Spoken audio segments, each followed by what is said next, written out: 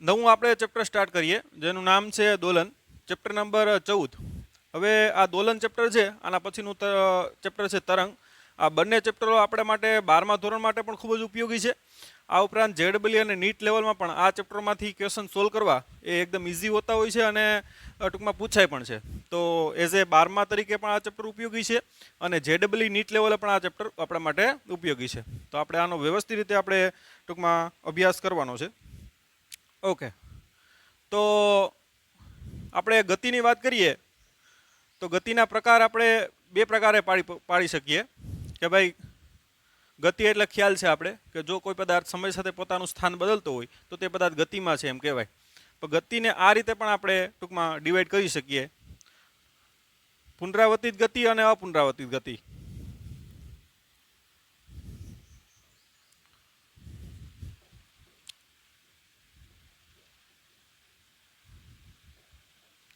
આગળ આપણે ગતિના પ્રકારો જોયા હતા ભાઈ કે સુરેખ પથ ઉપર ગતિ, દ્વિપરિમાણમાં ગતિ, પ્રક્ષિપ્ત ગતિ, બરાબર, ત્રિપરિમાણમાં ગતિ. એ ગતિના પ્રકારો ટૂંકમાં એની યામાક્ષોને આધારે હતા. અહીંયા ગતિનું ટૂંકમાં પુનરાવર્તન અને પુનરાવર્તન ન થતું એને આધારે ટૂંકમાં ગતિના બે પ્રકાર આપણી પાસે છે. એક તો પુનરાવર્તિત ગતિ અને અપુનરાવર્તિત ગતિ. તો પુનરાવર્તિત ગતિ એટલે શું? તો કે નિયત અથવા તો નિશ્ચિત સમયગાળામાં ગતિનું શું થતું હોય? પુનરાવર્તન થતું હોય. નિયત સમયગાળા અથવા તો નિશ્ચિત સમયગાળામાં ગતિનું શું થતું હોય? પુનરાવર્તન. દાખલા તરીકે તમે વાત કરો કે કોઈ સાદું લોલક છે, તો સાદું લોલક છે દાખલા તરીકે તમે અહીંથી આમ છોડી દીધું તો અહીંથી આમ જાય પાછું આમ આવે. પાછી જો ગતિનું પુનરાવર્તન થયું, પાછું આમ જાય પાછું આમ આવે. તો આવતકાળ જેટલા સમયગાળામાં ગતિનું શું થાય? પુનરાવર્તન. જો આવતકાળ એટલે ખ્યાલ છે એક દોલન પૂરું થવા માટે લાગતો સમય. તો એવરી ટી સમયગાળા બાદ ગતિનું શું થાય છે? જો પુનરાવર્તન થાય છે. તો આ ગતિ છે એ દોલિત ગતિ છે, એક પ્રકારની કેવી ગતિ છે? પુનરાવર્તિત ગતિ છે. પછી તો કે સૂર્યની આસપાસ આપણે દાખલે કે પૃથ્વી ભ્રમણ કરે તો 365 દિવસમાં એક ભ્રમણ શું કરે? એ પૂરું કરે. પાછા 365 દિવસમાં એક ભ્રમણ શું કરે? પૂરું કરે. એટલે એવરી એક યર 365 દિવસ એટલે એક વર્ષના સમયગાળામાં ગતિનું શું થાય છે? પુનરાવર્તન. તો આ પણ એક પ્રકારની કેવી ગતિ છે? તો કે પુનરાવર્તિત ગતિ. દાખલા કે તમે કોઈ સ્પ્રિંગ છે એની નીચે એક દોલક બાંધી દો, દોલક એટલે કોઈ પદાર્થ, અને એને ખેંચી અને મૂકી દો તો એની નીચે શું થશે? એના દોલન થશે. તો આ એક પ્રકારની કેવી ગતિ છે? પુનરાવર્તિત ગતિ. દાખલા કે કોઈ બોટ છે એ પાણીમાં શું થાય છે? હાલક ડોલક થાય છે. તો પાણીમાં હાલક ડોલક થતી હોય તો એક પ્રકારની કેવી ગતિ છે? એ પુનરાવર્તિત ગતિ છે. આ ઉપરાંત ઘણા બધા ટૂંકમાં ઉદાહરણ છે જે પુનરાવર્તિત ગતિ છે. દાખલા કે આ તમારું સ્પીકરનું જે ડ્રમ આવે છે એ ડ્રમ શું થતું હોય? દોલન થતું હોય ને. ડ્રમ એટલે જે પડદો ઉપર હોય ને સ્પીકરની ઉપર, એ શું થતું હોય? ધ્રુજારી થતો હોય. તો એક પ્રકારની કેવી ગતિ છે? પુનરાવર્તિત ગતિ. દાખલા કે કોઈ તાર છે એને તમે આમ ખેંચી અને મૂકી દો તો તારનું શું થાય? ગિટાર, સિતાર, વાયોલિનમાં જે તાર આવે છે ને એ તારમાં જે કંપન થાય છે એક પ્રકારની કેવી ગતિ છે? તો કે પુનરાવર્તિત ગતિ છે. આ ઉપરાંત આપણે ઘરે જે એસી પ્રવાહ અને વોલ્ટેજ આવે છે ને એના દોલન આ પ્રકારના થતા હોય. આ વોલ્ટેજ અથવા તો પ્રવાહ ધ્યાન આપજો, એ આ 12માં ભણશું આપણે કે વોલ્ટેજ છે એનું મૂલ્ય વધતું હોય, વધીને મહત્તમ થાય, ઘટીને પાછું શૂન્ય થાય, દિશા બદલાવી નાખે, મહત્તમ થાય, શૂન્ય થાય. તો વોલ્ટેજ અથવા તો પ્રવાહ એના આવા દોલન થતા હોય. તો વોલ્ટેજ અને પ્રવાહ છે એક પ્રકારની કેવી ગતિ છે? એમાં પુનરાવર્તિત ગતિ. જે આપણે ઘરે જે એસી પ્રવાહ આવે છે ને, એસી એટલે ઉલટ સુલટ પ્રવાહ, કે જેનું ટૂંકમાં વોલ્ટેજ અને પ્રવાહ શું થતા હોય? તો કે જો અહીંથી પાછું પુનરાવર્તન થાય, જો આ થયું પાછું પુનરાવર્તન, આવી રીતે શું થાય? પુનરાવર્તન. જો આ જેટલો સમયગાળો છે એને આવતકાળ કહેવાય. પાછું અહીંથી ગતિનું શું થાય? પુનરાવર્તન. પાછું અહીંથી શું થાય? પુનરાવર્તન. તો આ એક પ્રકારની કેવી ગતિ છે? પુનરાવર્તિત ગતિ. તો ઘણા ટૂંકમાં ઉદાહરણ મેં આપ્યા તમને. આ ઉપરાંત પરમાણુમાં કોઈ પદાર્થ છે એના લેટિસ બિંદુ ઉપર, આ દાખલે કોઈ પદાર્થ છે એના લેટિસ બિંદુ ઉપર આપણે ખબર છે કે ધન આયન હોય અને આસપાસ શું હોય? ઇલેક્ટ્રોન હોય, જે ટૂંકમાં અસ્તવ્યસ્ત ગતિ કરતા હોય. આ ધન આયનો છે એ ટૂંકમાં તાપમાનને કારણે શું કરતા હોય? ઉષ્મીય શું કરતા હોય? આવી રીતે દોલન કરતા હોય. તેના સ્થાનની આસપાસ શું કરતા હોય? દોલન કરતા હોય, અથવા તો શું કરતા હોય? કંપન કરતા હોય. બરાબર. દોલનની આવૃત્તિ ઓછી હોય, કંપનની આવૃત્તિ વધારે હોય. બાકી દોલન અને કંપન બે વસ્તુ કેવી છે? એક જ છે. તો પરમાણુમાં શું, પદાર્થમાં જે પરમાણુ છે એ પોતાના તાપમાનને કારણે ઉષ્મીય શું કરતા હોય? દોલન કરતા હોય, જે એક પ્રકારની કેવી ગતિ છે? પુનરાવર્તિત ગતિ. તો ટૂંકમાં આવા ઘણા બધા ઉદાહરણ છે. આ ઉપરાંત આ ઘડિયાળમાં જે બધા કાંટાઓ ગતિ કરે છે ને, દાખલા કે સેકન્ડનો કાંટો છે, એવરી 60 સેકન્ડમાં શું કરે? ગતિનું પુનરાવર્તન કરે. તો ઘડિયાળમાં જે કાંટાઓની ગતિ છે એ પણ કેવી ગતિ છે? પુનરાવર્તિત ગતિ. તો ટૂંકમાં આપણે પુનરાવર્તિત ગતિના ઘણા બધા ઉદાહરણ આપ્યા. ક્યાં ક્યાં ઉદાહરણ આપ્યા? તો કે ભાઈ દોલક, સાદું લોલક છે, પૃથ્વીની સૂર્યની આસપાસ પૃથ્વીની ભ્રમણની ગતિ, સ્પ્રિંગમાં ટૂંકમાં કોઈ પદાર્થને ખેંચો અને પછી છોડી દો તો જે દોલન થાય એની ગતિ, ઘડિયાળમાં કાંટાની ગતિ, પછી તો કે આપણે પદાર્થમાં પરમાણુના ઉષ્મીય દોલનો છે. આ ઉપરાંત બોટનું ઉદાહરણ મેં તમને આપ્યું. તો ટૂંકમાં ઘણી બધી મેં તમને ઉદાહરણ આપ્યા જે કઈ ગતિઓ છે? તો કે આપેલ સમયગાળામાં ગતિનું શું થાય છે? એમાં પુનરાવર્તન. તો આવી ગતિને શું કહેશું આપણે?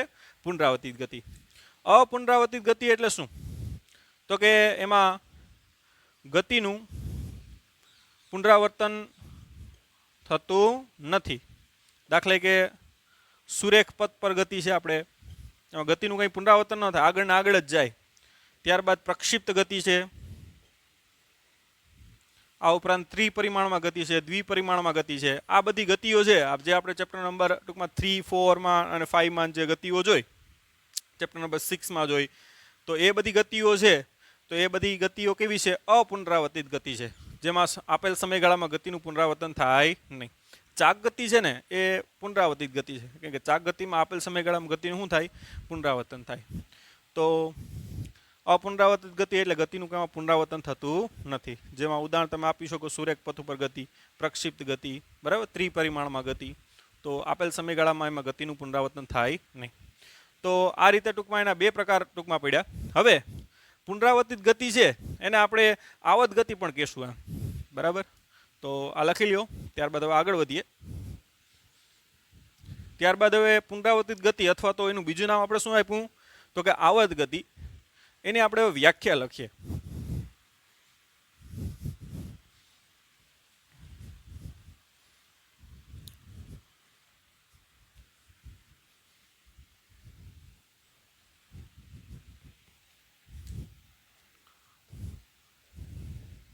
પુનરાવર્તિત ગતિને આવર્ત ગતિ કહે છે. ટૂંકમાં પુનરાવર્તિત ગતિનું સામાનાર્થી નામ શું છે? આવર્ત ગતિ. પુનરાવર્તિત ગતિને શું કહેશું આપણે? આવત ગતિ કહે છે. હવે આવત ગતિને આપણે વ્યાખ્યા લખશું. આવત ગતિ અથવા તો કેવી ગતિ? પુનરાવર્તિત ગતિ.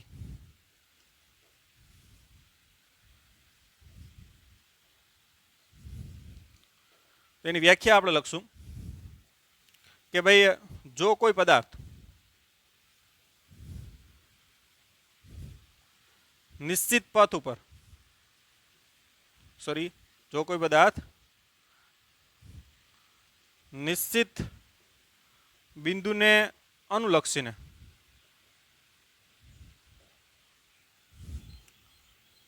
નિશ્ચિત પથ પર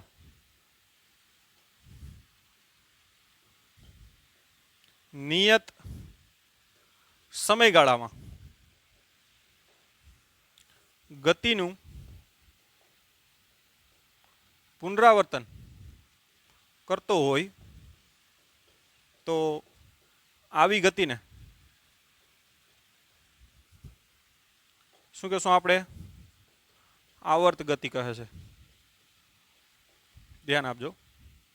જો કોઈ પદાર્થ નિશ્ચિત બિંદુને અનુલક્ષીને નિશ્ચિત પથ પર નિયત સમયગાળામાં ગતિનું શું કરતો હોય? પુનરાવર્તન કરતો હોય તો આવી ગતિને શું કહેશું? આવર્ત ગતિ. દાખલા કે ધ્યાન આપજો, આપણે ઉદાહરણ એક લઈએ એટલે તમને ખ્યાલ આવે. ઘડિયાળમાં જે દાખલા કે આ સેકન્ડનો કાંટો છે, ધ્યાન આપજો, આ નિશ્ચિત બિંદુને ધ્યાન આપજો. કોઈ પદાર્થ એટલે આ સેકન્ડનો કાંટો નિશ્ચિત બિંદુને અનુલક્ષીને, એટલે આ નિશ્ચિત બિંદુ કયું છે? એનું કેન્દ્ર, બરાબર. એને અનુલક્ષીને નિશ્ચિત પથ ઉપર, જો એનો પથ આ કેવો છે? નિશ્ચિત છે. જો આ પથ કેવો છે એનો? નિશ્ચિત. આ કોઈ ઘડિયાળના કાંટાનો આ કોઈ કણ લઈ લ્યો તો એનો આ નિશ્ચિત શું થયો? પથ થયો. નિશ્ચિત પથ ઉપર નિયત સમયગાળામાં. નિયત સમયગાળો એટલે તો કે એવરી 60 સેકન્ડમાં એક ભ્રમણ શું કરે છે? એ પૂરું કરે છે. નિયત સમયગાળામાં ગતિનું શું કરતો હોય? પુનરાવર્તન કરે છે ને વારંવાર. એવરી 60 સેકન્ડમાં ગતિનું શું કરે? પુનરાવર્તન કરે. તો આવી ગતિને શું કહેવાય? આવત ગતિ. જો આ બિંદુ છે એ ટૂંકમાં બદલાતું જતું હોય અથવા તો સમયગાળો છે ક્યારેક 59 સેકન્ડ, ક્યારેક 62 સેકન્ડ, તો આ આવત ગતિ કહેવાય નહીં. આવત ગતિમાં જે આ બિંદુ છે એ પણ નિશ્ચિત રહેવું જોઈએ, એનો પથ પણ આ એકનું એક જ રહેવો જોઈએ, અને નિયત સમયગાળામાં એટલે કે જે આવર્તકાળ છે એનો એક ભ્રમણ અથવા તો એક દોલન પૂરું થવા માટે લાગતો સમય એ કેવો હોવો જોઈએ, એક સરખો હોવો જોઈએ. ક્યારેક ટૂંકમાં 55 સેકન્ડ લે, ક્યારેક 65 સેકન્ડ લે, ક્યારેક 60 સેકન્ડ, તો આવર્ત ગતિ કહેવાય નહીં. આવર્ત ગતિમાં 3 કન્ડિશન જરૂરી છે. નિશ્ચિત બિંદુ હોવું જોઈએ, નિશ્ચિત આ પથ હોવો જોઈએ, અને નિયત સમયગાળામાં ગતિનું શું થવું જોઈએ, વારંવાર પુનરાવર્તન થવું જોઈએ. તો આવી ગતિને શું કહેશું આપણે, તો કે આવર્ત ગતિ. બરાબર. તો આવર્ત ગતિ એક પ્રકારની પુનરાવર્તિત ગતિ છે, પણ આવર્ત ગતિમાં આ 3 કન્ડિશનો ટૂંકમાં જરૂરી છે.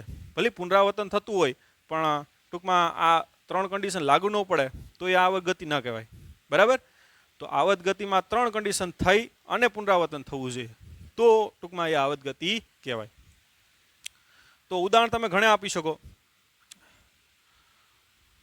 સૂર્યની આસપાસ પૃથ્વીનું ભ્રમણ એક પ્રકારની કેવી ગતિ છે, આવર્ત ગતિ. ત્યારબાદ ઘડિયાળના કાંટાની ગતિ.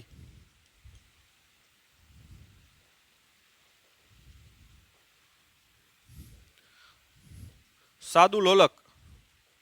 સાદું લોલક પણ એક પ્રકારની કેવી ગતિ છે, કરે છે, આવર્ત ગતિ. એ દોલિત ગતિ પણ છે, પણ દોલિત ગતિ એ ટૂંકમાં આવર્ત ગતિ જ છે, કેમ કે જેમાં સાદું લોલક છે એમાં દોલન થાય છે. તો ટૂંકમાં જો આ નિશ્ચિત શું છે, બિંદુ છે, એને અનુલક્ષીને શું કરે છે, ધ્યાન આપજો. આ નિશ્ચિત બિંદુ આ કહી દી શકો તમે, એને અનુલક્ષીને શું કરે, જો આ નિશ્ચિત પથ ઉપર નિયત સમયગાળામાં એટલે કે આવર્તકાળ જેટલા સમયગાળામાં ગતિનું શું કરે છે, વારંવાર પુનરાવર્તન કરે છે. તો સાદું લોલક છે એક પ્રકારની કેવી ગતિ કરે, આવર્ત ગતિ. આ ઉપરાંત બીજા ઉદાહરણ આપણે આપીએ તો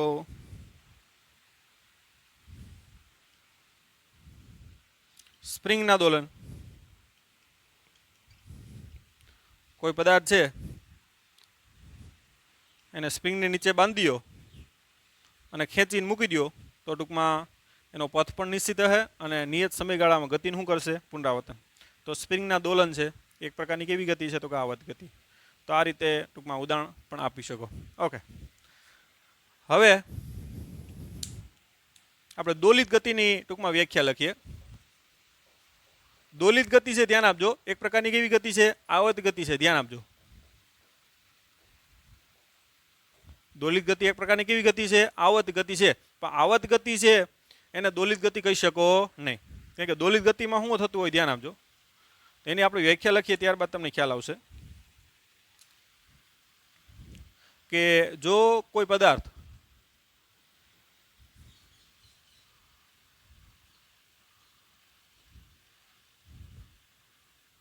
મધ્યમાન સ્થાનને અનુલક્ષીને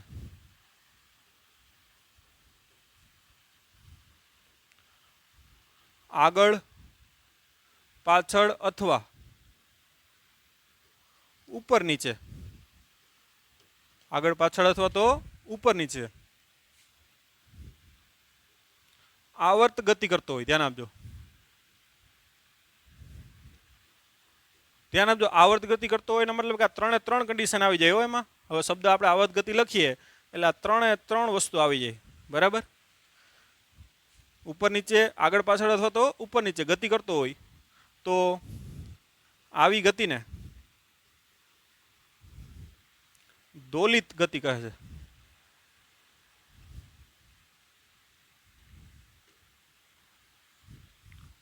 ધ્યાન આપજો. આ સાદું લોલક છે. ધ્યાન આપજો. કોઈ દોરી છે નીચે આ રીતે પદાર્થ બાંધ્યો તો આ એક પ્રકારનું શું થઈ ગયું, સાદું લોલક. હવે આ છે ને એનું મધ્યમાન સ્થાન કહેવાય. જે સ્થાનમાં એ સંતુલન અવસ્થામાં હોય, સંતુલન અવસ્થા એટલે કે એના ઉપર લાગતું જે બધા બળો છે એ કેવા હોય, શૂન્ય હોય. તો આ ટૂંકમાં એનું શું કહેવાય, મધ્યમાન સ્થાન. અત્યારે એમને ટૂંકમાં એ સ્ટેબલ છે, સ્થિર છે. બરાબર. એના મધ્યમાન સ્થાનને અલગ છે. હવે દાખલા કે આ દોલક છે, આને દોલક કહેવાય. જે દળદાર પદાર્થ નીચે બાંધ્યો હોય ને દોરી નીચે, એને શું કહેવાય, દોલક. ધ્યાન આપજો, શબ્દ નામ યાદ રાખજો, દોલક કહેવાય આને. તો એને હવે આમ ખેંચી અને આ મૂકી દો હવે, તો આવી રીતે શું થશે, દોલન થશે. બરાબર. જો આમાં કઈ પ્રકારના મધ્યમાન સ્થાન સ્થાનથી આમ આગળ જાય પાછળ આવે, આગળ જાય પાછળ આવે, બરાબર. એટલે મધ્યમાન સ્થાન શું થાય?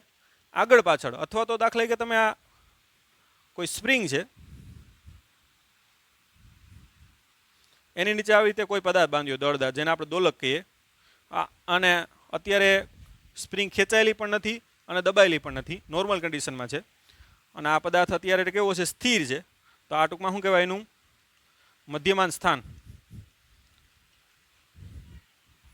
હવે ટૂંકમાં આને ખેંચી અને તમે મૂકી દો તો આ ક્યાં જશે? નીચે જશે. જેટલું ખેંચવું હોય નીચે એટલો જ પાછો ક્યાં જાય? ઉપર જાય. તો આવી રીતે શું થશે? આમ દોલન થશે. એ કઈ તરફ થાય? તો કે ઉપર જાય અને નીચે આવે. તો આ એક પ્રકારના શું કહેવાય? દોલન કહેવાય. તો જો કોઈ પદાર્થ આ મધ્યમાન સ્થાન એને એની આગળ પાછળ, જો આ સાદા લોલકમાં કેમ જાય? આગળ પાછળ જાય. અને સ્પ્રિંગ દોલન છે એમાં કઈ રીતે જાય? તો કે ઉપર નીચે આવત ગતિ કરતો હોય. આવત ગતિ તો કરે જ છે, એમ કે જો અહીંયા એનો નિશ્ચિત પથ છે, નિયત સમયગાળામાં ગતિનું શું કરે છે? પુનરાવર્તન કરે છે. એટલે આ બંને કઈ ગતિ છે? આવત ગતિ છે. પરંતુ એને શું કહી શકાય? દોલિત ગતિ કહી શકાય. શા માટે? કે આગળ પાછળ અથવા તો ઉપર નીચે જે ગતિ થાય, બરાબર, એને આપણે કેવી ગતિ કહીએ? દોલિત ગતિ, બરાબર. તો જો કોઈ પદાર્થ મધ્યમાન સ્થાનને અનુલક્ષીને આગળ પાછળ અથવા તો ઉપર નીચે ગતિનું શું કરતો હોય? પુનરાવર્તન કરતો હોય, અથવા તો કઈ શું કરતો હોય? આવત ગતિ કરતો હોય, તો આવી ગતિને શું કહેવાય? દોલિત ગતિ. હવે આ બંને વિદ્યાર્થી મિત્રો, આ બંને ગતિ છે એ દોલિત ગતિ પણ છે અને કેવી ગતિ છે? આવત ગતિ પણ છે. પરંતુ આવત ગતિને આપણે દોલિત ગતિ કહી શકીએ નહીં. દાખલા કે ઘડિયાળના કાંટાની ગતિ છે એ આવત ગતિ છે, પરંતુ એને દોલિત ગતિ કહી શકીએ નહીં, કેમ કે આગળ પાછળ અથવા તો ઉપર નીચે ગતિ નથી થતી. ખ્યાલ આવ્યો? આમ આવત ગતિ છે એ દોલિત ગતિ નથી, પણ દોલિત ગતિ એવું છે? આવત ગતિ છે. આપણે લખી શકીએ કે દોલિત ગતિ એ આવર્ત ગતિ છે, પરંતુ આવર્ત ગતિ, બધી આવર્ત ગતિ દોલિત ગતિ ના કહી શકાય. એટલે આવર્ત ગતિ એ દોલિત ગતિ કરતો હોય એમ કહી શકાય નહીં. દોલિત ગતિ કરતો પદાર્થ છે એ આવત ગતિ કરે છે એમ કહી શકાય, પરંતુ આવત ગતિ કરતો પદાર્થ જે છે એ દોલિત ગતિ કરે છે તો કે નહીં, તો એ આપણે ન કહી શકીએ. બરાબર. તો આપણે ટૂંકમાં બે પ્રકારની ગતિઓની વ્યાખ્યા લખી, આવત ગતિ અને દોલિત ગતિ. હવે એક ગતિનો ટૂંકમાં એક હજી પ્રકાર છે જે આવત ગતિ જ છે વાસ્તવમાં, પણ એક ખાસ પ્રકાર પાડીએ આપણે, જેને આપણે કહીશું સરળ આવર્ત ગતિ. બરાબર. તો હવે આપણે જે વ્યાખ્યા લખશું એ સરળ આવર્ત ગતિ લખશું. ત્યારબાદ પહેલાં એટલું લખી લ્યો, ત્યારબાદ એના ઉપર આગળ વધીએ.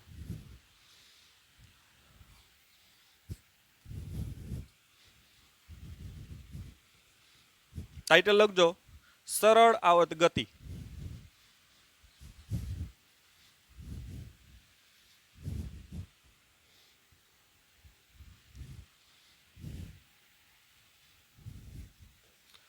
સરળ આવર્ત ગતિ, જેને આપણે શોર્ટમાં સ આ ગ તરીકે જ લખશું હવે આગળ.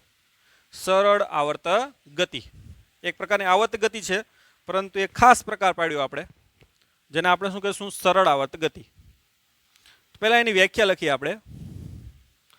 જો કોઈ પદાર્થ મધ્યમાનથી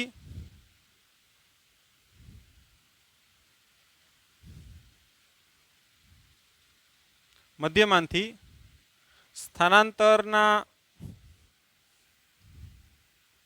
સમપ્રમાણમાં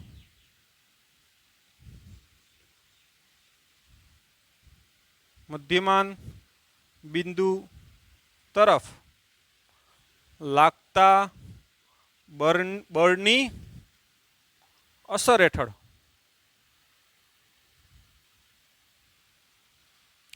આવર્ત ગતિ કરતો હોય તો આવી ગતિને સરળ આવર્ત ગતિ કહે છે. ધ્યાન આપજો શબ્દ ઉપર, આપણે એના ઉપર એનું ઉદાહરણ આપીએ એટલે તમને પ્રોપરલી ખ્યાલ આવશે.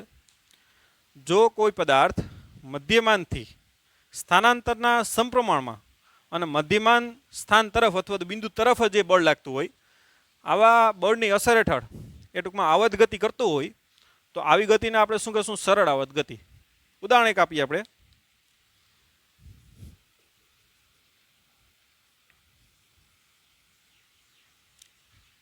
તમે સ્પ્રિંગને ટૂંકમાં આમ કરો કે અથવા તો આવી રીતે રાખો, કોઈ એમાં ફરક ના પડે, બરાબર?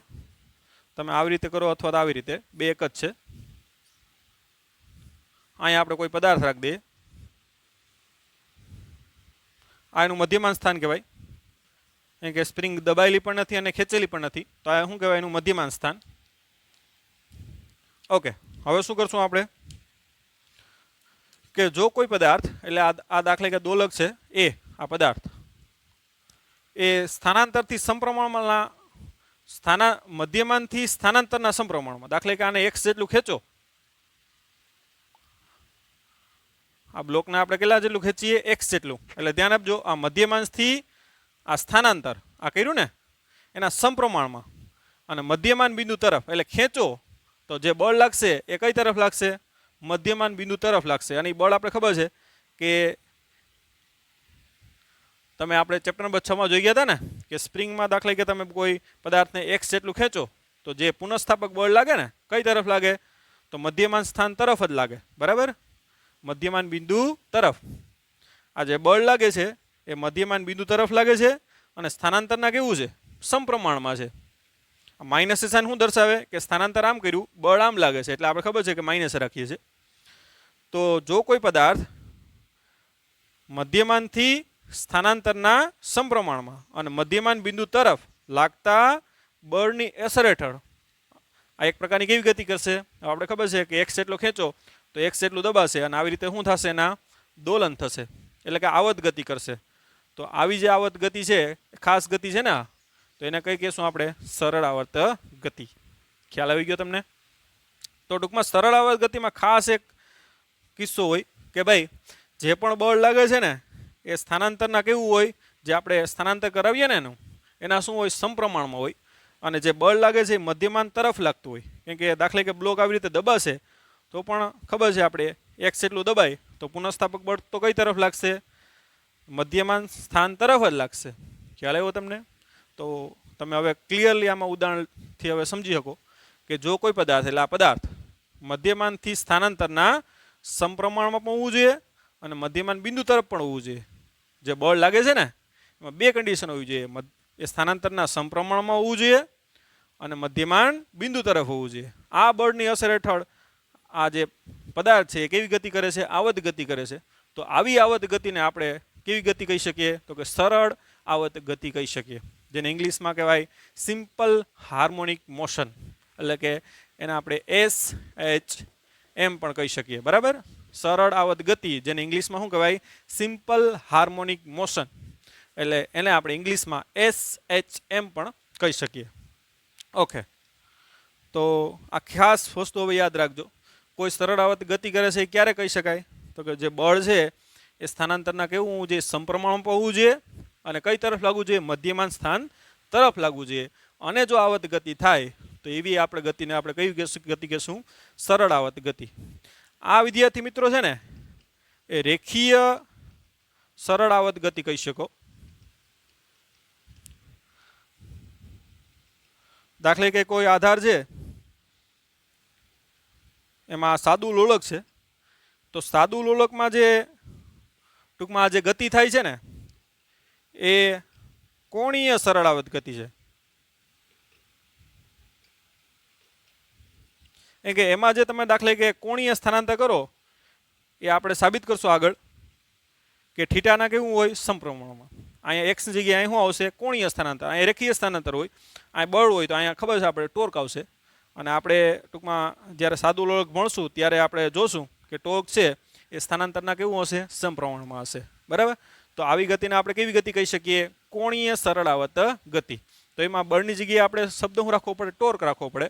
અને સ્થાનાંતરની જગ્યાએ આપણે શું લખવું પડે? કોણીય સ્થાનાંતર. અહીંયા ટૂંકમાં રેખીય સ્થાનાંતર આવે, અહીંયા શું આવશે? કોણીય સ્થાનાંતર. તો આ ટૂંકમાં રેખીય સરળ આવત ગતિ કહી શકો. અને આને કઈ કહેવાય? કોણીય સરળ આવર્ત ગતિ.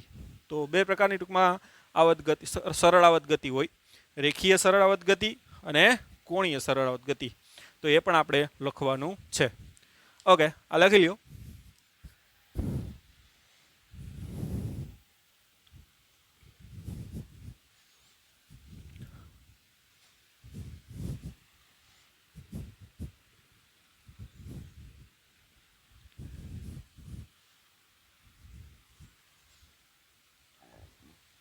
તો આપણે ટૂંકમાં 3 પ્રકારની ગતિઓ જોઈ, એની વ્યાખ્યાઓ જોઈ. કઈ કઈ? તો કે આવર્ત ગતિ, દોલિત ગતિ અને સરળ આવર્ત ગતિ.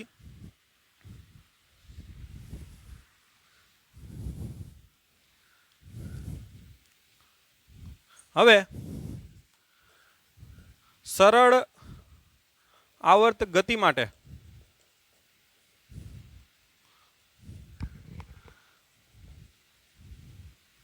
સરળ આવર્ત ગતિ માટે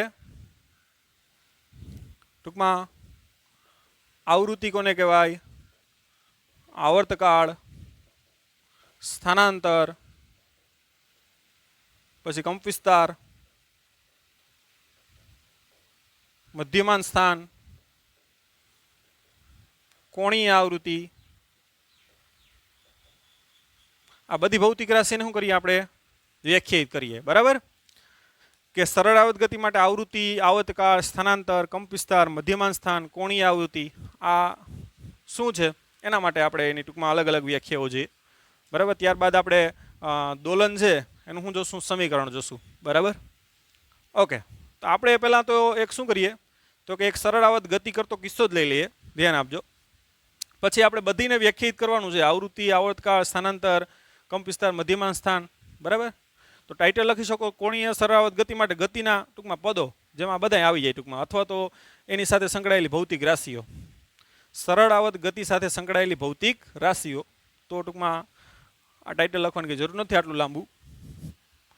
એક એક વ્યાખ્યાયિત કરીએ એટલે ખ્યાલ આવી જાય. સરળ આવર્ત ગતિ માટે સરળ આવર્ત ગતિ સાથે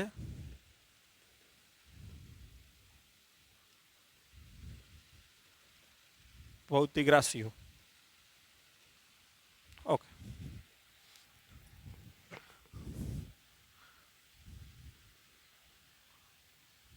ધ્યાન આપજો. એક આ સ્પ્રિંગ છે અને એની નીચે આ બાંધ્યું દોલક. ધ્યાન આપજો. જે આપણે પદાર્થ બાંધીએ ને એને શું કહીએ આપણે? દોલક. આ શું છે? એનું મધ્યમાન સ્થાન છે. ધ્યાન આપજો.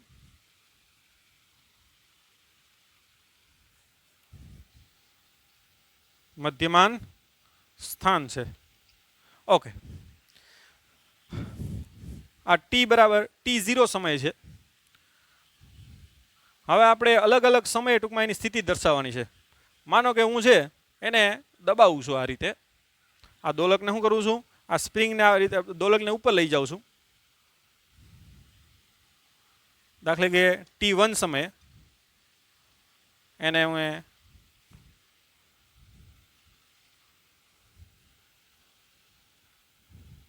x1 જેટલી શું કરી? સ્પ્રિંગને દબાવી T1 સમયે. ત્યારબાદ T2 સમયે ધ્યાન આપજો, હજી ઉપર લઈ ગયો હું.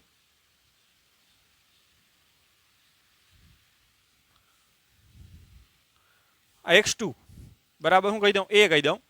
એ એટલે શું છે? કંપવિસ્તાર છે. કેમ કે મહત્તમ સ્થાનાંતર મેં એટલું કરાવ્યું અને પછી હું છોડી દઉં આને તો શું થશે? ધ્યાન આપજો.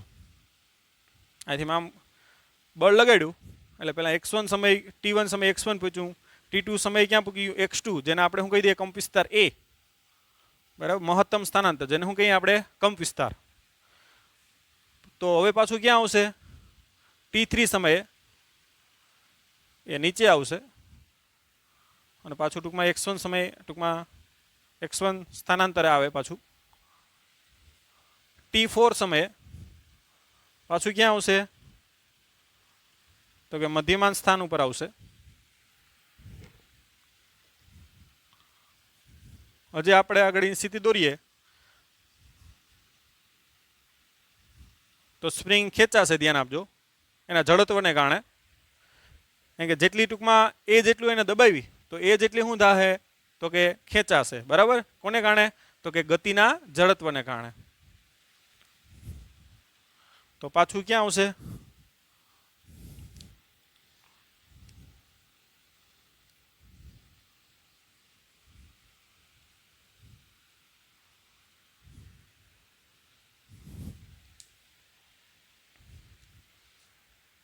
એ -x1 ટૂંકમાં સ્થાનાંતરે આવશે, બરાબર. જેટલી તમે ઉપર ટૂંકમાં દબાવી હશે, તમે એ જેટલી ઉપર દબાવી ને, તો એ જેટલી શું થાય, નીચે ખેંચાશે, બરાબર. તો હજી આપણે આ T5 આ T6 સમયનું આપણે દોરીએ. તો આવી રીતે સ્પ્રિંગ છે,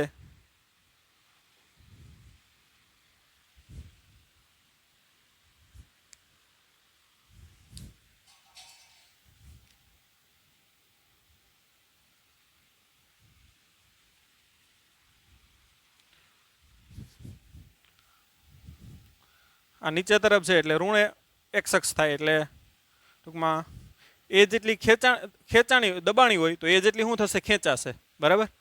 અને આવી રીતે ટૂંકમાં એના દોલન થાય. ખ્યાલ આવ્યો તમને? ધ્યાન આપજો, સ્પ્રિંગ અને દોલક એક જ છે, અલગ અલગ સમય એની સ્થિતિ હું દોરું છું, બરાબર.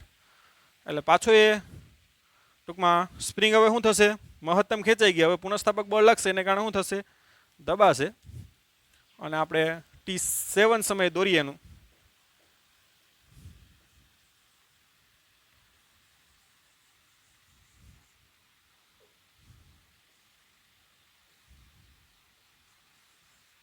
તો પાછો ક્યાં આવશે, -x1 સ્થાને આવશે, સ્થાનાંતરે આવશે. આ મધ્યમાન સ્થાન છે, ધ્યાન આપજો. પાછો હજી ટૂંકમાં શું થશે, દબાશે સ્પ્રિંગ, અને પાછો ક્યાં આવી જશે, મધ્યમાન સ્થાન ઉપર. તો આ એક દોલન શું થઈ ગયું, પૂરું થઈ ગયું. ધ્યાન આપજો, એક દોલન શું થઈ ગયું, પૂરું થઈ ગયું. ખાસ અહીં ધ્યાન આપજો, આ ટૂંકમાં T8 સમય છે. T0 સમય ક્યાં હતો, મધ્યમાન સ્થાન ઉપર હતો. આપણે બળ લગાડ્યું એટલે ઉપર ગયું, મેં ઉપર તરફ ટૂંકમાં બળ લગાડ્યું, બરાબર. T0 સમયે ટૂંકમાં x1 સ્થાન ઉપર ગયું, x2 સ્થાન જ્યાં ટૂંકમાં મહત્તમ સ્થાનાંતર થઈ ગયું, જેને આપણે શું કહી દઈએ, કંપવિસ્તાર, જેને ઇંગ્લિશમાં એમ્પ્લિટ્યુડ બોલાય. એમ્પ્લિટ્યુડ ઇંગ્લિશમાં શું બોલાય, કંપવિસ્તારને ઇંગ્લિશમાં શું બોલાય, એમ્પ્લિટ્યુડ. માટે કંપવિસ્તારનો સિમ્બોલ આપણે શું લઈશું, કેપિટલ એ અથવા તો સ્મોલ એ પણ લઈ શકો. તો એ જેટલી મહત્તમ ટૂંકમાં દબાણી, તો એ જેટલી મહત્તમ શું થાય, ખેંચાશે. ખ્યાલ આવ્યો? એટલે પાછો ક્યાં આવશે, આ દોલક છે એ નીચે આવે છે, પાછો ક્યાં આવે છે, મધ્યમાન સ્થાન. -x1 જેટલી ખેંચાણી, માઇનસ એ જેટલું શું થયું, મહત્તમ સ્થાનાંતર થયું. ત્યારબાદ પાછી સ્પ્રિંગ છે એ ટૂંકમાં એની મૂળ સ્થિતિમાં આવે, પાછું મધ્યમાન સ્થાન. હવે ધ્યાન આપજો, અહીંથી પાછી શું થાય, પાછી હવે ઉપર જાહે, આ રીતે પાછી હજી ઉપર જાય જડત્વને કારણે. આવી રીતે ટૂંકમાં સ્પ્રિંગ છે એનું દોલન થાય, બરાબર. સ્પ્રિંગને એ જેટલો ધક્કો મારી અને છોડી દો તો આવી રીતે સ્પ્રિંગને શું થાય, દોલન થાય, જે અલગ અલગ સમયે આ રીતે ટૂંકમાં થશે. તો એનો સ્થાનાંતરનો તમે ગ્રાફ ડ્રો કરો તો એ આ પ્રકારનો આવશે, બરાબર. ઓકે, તો આ એક દોલન પૂરું થયું. આ ટૂંકમાં આનું શું થશે, પુનરાવર્તન થશે. એટલે આવી ગતિ છે એને આપણે સરળ આવત ગતિ કહેશું, કેમ કે આ સરળ આવત ગતિનો કિસ્સો છે, કે આમાં જે બળ લાગે છે એ મધ્યમાન સ્થાન તરફ લાગે છે અને સ્થાનાંતરના શું છે, સમપ્રમાણમાં. તો આ એક પ્રકારની ગતિ છે, એ સરળ આવત ગતિ છે. હવે એના માટે આપણે પહેલાં તો મધ્યમાન સ્થાનને વ્યાખ્યાયિત કરીએ, એની સાથે સંકળાયેલી રાશિઓ છે ને એને આપણે વ્યાખ્યાયિત કરીએ. તો પહેલાં આવશે મધ્યમાન સ્થાન. તો મધ્યમાન સ્થાન એટલે શું, કે ભાઈ આ સ્થાન ઉપર દોલક પર લાગતું ચોખ્ખું બાહ્ય બળ કેવું હોય છે, શૂન્ય હોય છે. એટલે કે F નેટ કેવું હોય, શૂન્ય. એટલે એ કેવી સ્થિતિમાં હોય, તો કે સંતુલિત અવસ્થામાં હોય છે. દાખલા કે સ્પ્રિંગ છે એ નોર્મલ અવસ્થામાં છે અને આ સ્થિતિમાં એ ટૂંકમાં જાળવી રાખશે. અહીંયા ટૂંકમાં કોઈ પ્રકારનું એને બળ લાગે છે તો કે નહીં. જો અહીંયા બળ લાગે છે, શા માટે, કેમ કે x જેટલી એ દબાણી x1 જેટલી, તો એને કારણે એને શું લાગશે, પુનઃસ્થાપક બળ લાગશે. કઈ તરફ, નીચે તરફ. તો મધ્યમાન સ્થાન એવું સ્થાન છે ત્યાં ટૂંકમાં કોઈ પ્રકારનું બળ એને લાગતું હોય નહીં. બાકી આ સ્થાન છે, ધ્યાન આપજો, એ જેટલી શું થઈ ગઈ, દબાઈ ગઈ, તો પુનઃસ્થાપક બળ કઈ તરફ લાગે, નીચે તરફ. આમાં પુનઃસ્થાપક બળ કઈ તરફ લાગે, ઉપર તરફ. આમાં પણ પુનઃસ્થાપક બળ કઈ તરફ લાગે, ઉપર તરફ. એટલે બાકીના જે સ્થાન છે ને એમાં પદાર્થ ઉપર બળ લાગે છે. જ્યારે મધ્યમાન સ્થાન એવું સ્થાન છે જેમાં પદાર્થ ઉપર કોઈ પ્રકારનું બાહ્ય બળ લાગતું હોય નહીં. એટલે દોલક પર લાગતું ચોખ્ખું બાહ્ય બળ કેવું હોય? શૂન્ય હોય. તો તેવા સ્થાનને આપણે શું કહેશું? મધ્યમાન સ્થાન. ઓકે. બીજું સ્થાનાંતર.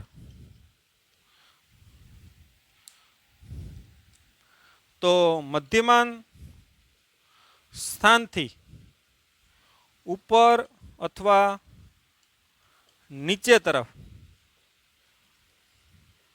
દોલકના સ્થાનાંતરને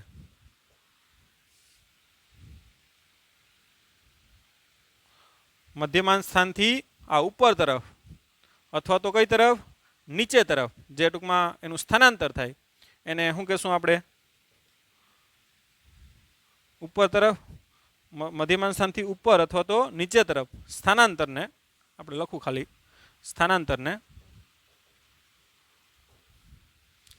દોલનનું શું કહેશું? સ્થાનાંતર કહે છે. સ્થાનાંતર ધન, ઋણ અથવા કેવું હોય? શૂન્ય હોય છે. જો જે ઉપર તરફ થાય છે એ કેવું હોય છે? ધન હોય છે. આ મહત્તમ સ્થાનાંતર છે જે પ્લસ એ છે. જ્યારે ટૂંકમાં મધ્યમાન સ્થાનથી નીચે તરફ થાય એ કેવું હોય છે? ઋણ. અને મધ્યમાન સ્થાન ઉપર ટૂંકમાં એનું સ્થાનાંતર કેવું કહેવાય? 0. તો સ્થાનાંતર એટલે શું? તો કે મધ્યમાનથી ઉપર તરફ અથવા તો નીચે તરફ જાય ને જે સ્થાનાંતર થાય ને એને જ આપણે દોલનનું શું કહેશું? સ્થાનાંતર કહેવાય. અને સ્થાનાંતર જો ઉપર તરફ હોય તો આપણે એને ધન કહેશું. આ મહત્તમ સ્થાનાંતર જેને આપણે કંપવિસ્તાર કહીએ, બરાબર? તો એ ધન પણ હોય, ઋણ પણ હોય, અને ત્યારે મધ્યમાન સ્થાન ઉપર હોય ત્યારે શું હોય? શૂન્ય. તો આ થઈ ગયું સ્થાનાંતર. ત્યારબાદ આપણે થર્ડ લખીએ કંપ વિસ્તાર. કંપનનો વિસ્તાર, ધ્યાન આપજો ને. કંપનનો વિસ્તાર એટલે મહત્તમ સ્થાનાંતર. તો કંપ વિસ્તાર એટલે શું? કે ભાઈ દોલકના મહત્તમ સ્થાનાંતરને દોલકનો કંપ વિસ્તાર કહે છે. દોલનનું જે આ જે મહત્તમ સ્થાનાંતર થાય, ધ્યાન આપજો, એને જ આપણે શું કહેશું? એનો કંપ વિસ્તાર. તો કંપ વિસ્તાર ટૂંકમાં ધન પણ હોય અને ઋણ પણ હોય. અહીંયા તમે જોઈ શકો T2 સમયે એનો કંપ વિસ્તાર ધન છે અને T6 સમયે એનો કંપ વિસ્તાર કેવો છે? ઋણ છે. તો દોલનનું જે ટૂંકમાં મહત્તમ સ્થાનાંતર થાય, દોલક જે આ પદાર્થ છે ને એને દોલક કહેવાય.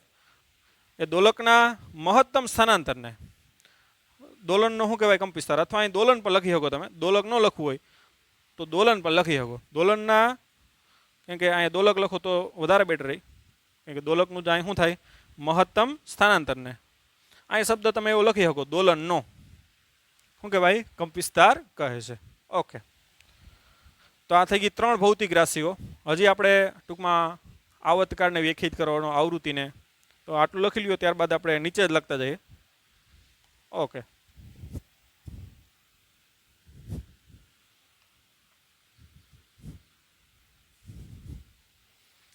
હવે આપણે લખીએ ચોથું આવર્તકાળ.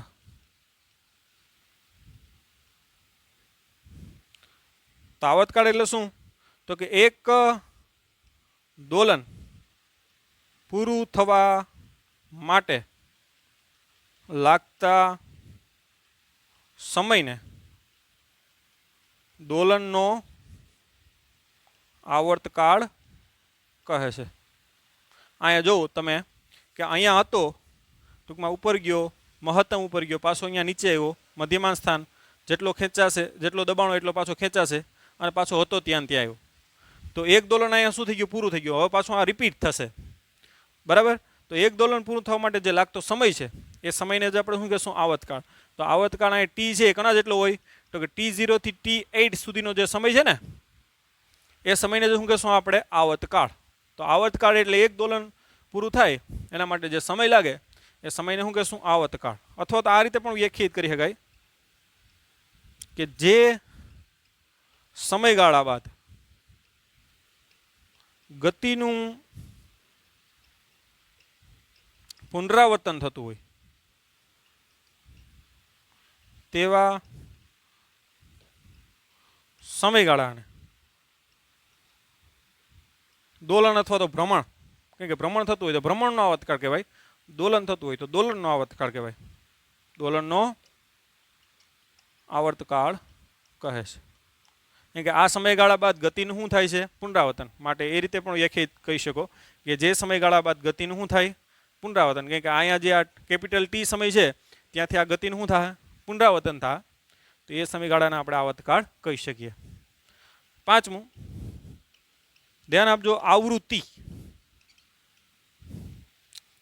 જેનો સિમ્બોલ આપણે સ્મોલ એફ લઈએ. તમારી ટેક્સ્ટ બુક છે એમાં અમુક ટેક્સ્ટ બુક છે પબ્લિકેશન, એમાં આવી રીતે સ્મોલ એન લઈ, અમુકમાં આવી રીતે મ્યુ ટાઈપ લઈએ, વી જેવો લાગે આપણે.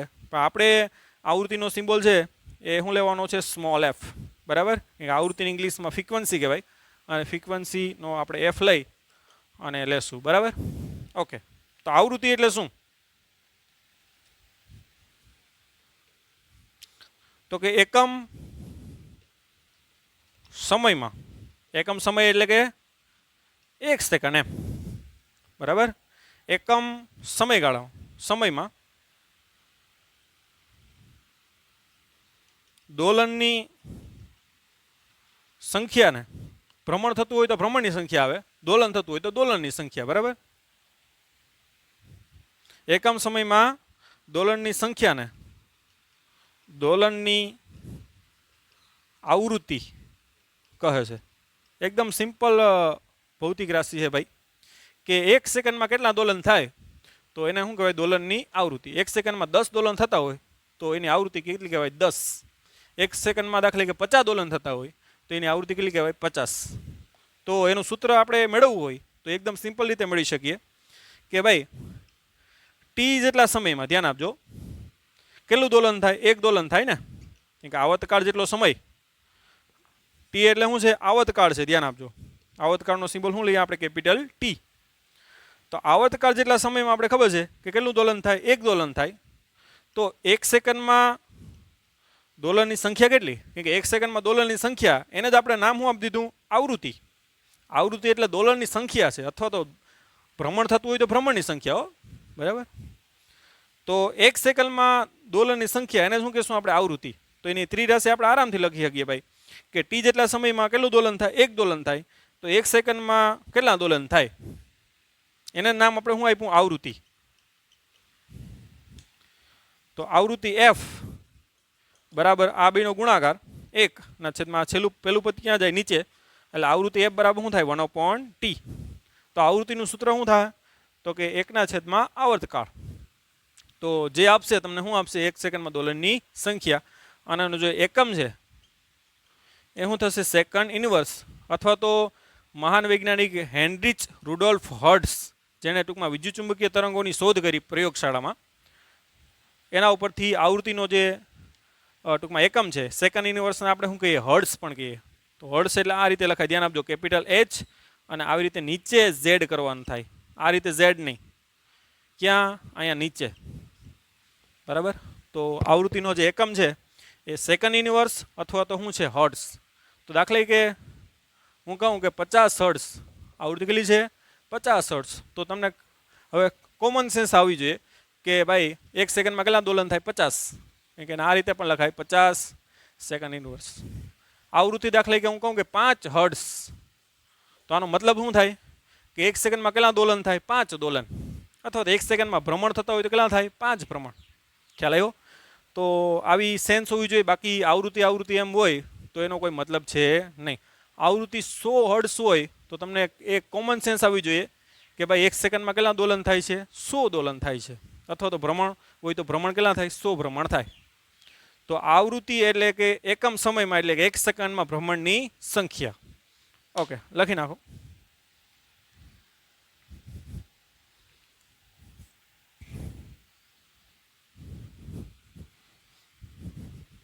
હવે ટાઇટલ લખજો, કોણીય આવૃત્તિ.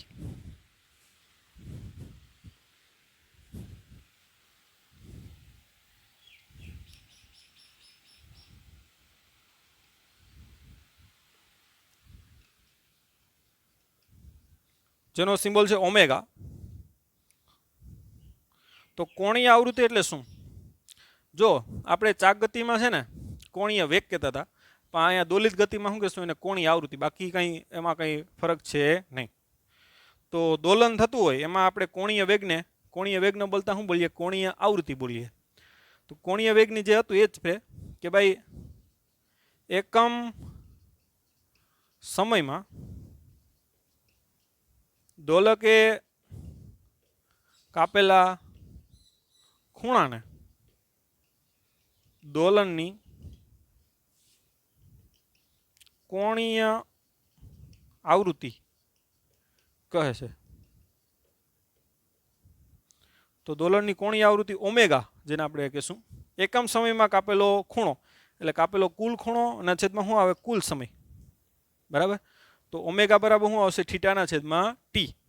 હવે એક દોલન પૂરું થાય તો જે આપણે ટૂંકમાં ખૂણો કહી દઈએ એને 2π કહી દઈએ, કે આ દાખલા કે 0 કયો, બરાબર, અને આ π/2 પાછો હતો અહીંયા આવી જાય તો પાઈ, આ 3π/2 અને આ 2π. તો આ સ્થાનાંતર થાય છે ને, જો અહીંયા વાસ્તવમાં સ્થાનાંતર થાય એને ખૂણાના સ્વરૂપમાં પણ લઈ શકો. બરાબર.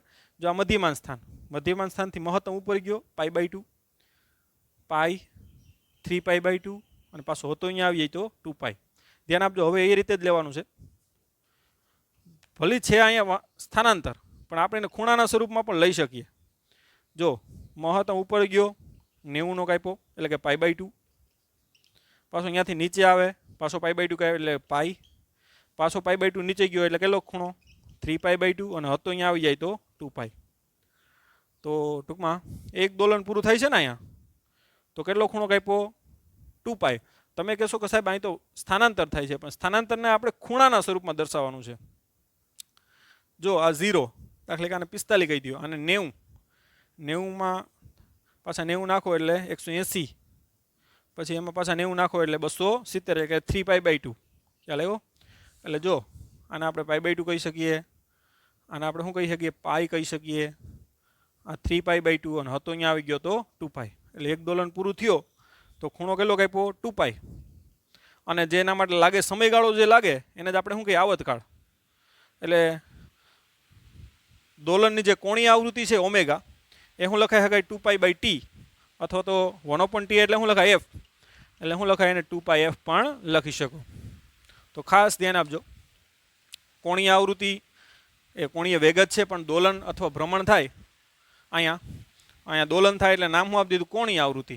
તો કોણીય આવૃત્તિ એટલે એકમ સમયમાં દોલકે કાપેલા ટૂંકમાં ખૂણાને એકમ સમય એટલે કે 1 સેકન્ડમાં એને શું કહેશું? કોણીય આવૃત્તિ. એટલે કોણીય આવૃત્તિનું સૂત્ર આપણે ઓમેગા બરાબર કાપેલો કુલ ખૂણોના છેદમાં શું આવશે? કુલ સમય. તો આ થઈ ગઈ વસ્તુ. હવે અહીંયા એક દોલન પૂરું થાય તો વાસ્તવમાં અહીંયા સ્થાનાંતર થાય, ધ્યાન આપજો, પણ એને ખૂણાના સ્વરૂપમાં લઈ શકો તમે, કે ભાઈ એટલું સ્થાનાંતર થયું તો ખૂણાના સ્વરૂપે π/2 કહી દો એને.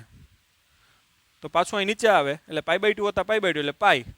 એટલે આ મધ્યમાન સ્થાન છે તો અહીંયા ગયું તો π/2, અહીંયા પાછું આવે તો પાઈ, નીચે જાય તો 3π/2 અને પાછું અહીંયા આવે તો 2π. આ ખાસ ધ્યાન આપજો. હવે આ સ્થાનાંતરને આપણે ખૂણાના સ્વરૂપમાં લેશું. વાસ્તવમાં ખૂણો કપાતો નથી, સ્થાનાંતર થાય છે, પણ એને આપણે ખૂણાના સ્વરૂપમાં દર્શાવાય. જો આ મધ્યમાન સ્થાન છે, મહત્તમ ઉપર ગયો એટલે π/2નો ખૂણો કપાઈ ગયો, પાછું હતું અહીંયા આવે એટલે પાઈ એટલે કે 180, 270 એટલે કે 3π/2 અને પાછું હતું અહીંયા આવે તો 2π. તો આવી રીતે ટૂંકમાં સ્થાનાંતરને ખૂણાના સ્વરૂપમાં દર્શાવી શકાય. તો ઓમેગા બરાબર શું થાય? તો કે એક દોલન પૂરું થાય તો થીટા કેટલો હોય? 2π. અને એના માટે સમયગાળો લાગે કેપિટલ ટી. એટલે કોણીય આવૃત્તિ ઓમેગા બરાબર શું લખાય? 2πના છેદમાં ટી, અથવા તો 1/t એટલે શું લખાય? f. એટલે એને 2πf પણ કહી શકો. તો એનો જે એકમ છે એ ખબર છે, રેડિયન પ્રતિ શું થાય? સેકન્ડ. બરાબર. તો આ થઈ ગયું સરળ આવર્ત ગતિ સાથે સંકળાયેલી બધી રાશિઓ. કઈ કઈ રાશિઓ જોઈ? તો કે મધ્યમાન સ્થાન જોયું, સ્થાનાંતર જોયું, કંપવિસ્તાર જોયું આપણે, ત્યારબાદ આવૃત્તિ જોઈ, આવર્તકાળ જોયો, કોણીય આવૃત્તિ જોઈ. તો આ બધી છે એ એની સાથે સંકળાયેલી રાશિઓ છે, જે રાશિઓ ટૂંકમાં પ્રોપરલી એની સેન્સ હોવી જોઈએ. હવે આપણે ટૂંકમાં નેક્સ્ટ જે આપણો ટૂંકમાં પીરિયડ છે એમાં આપણે દોલનનું શું જોશું? સમીકરણ. ઓકે, તો અહીંયા સુધી આપણે રાખીએ.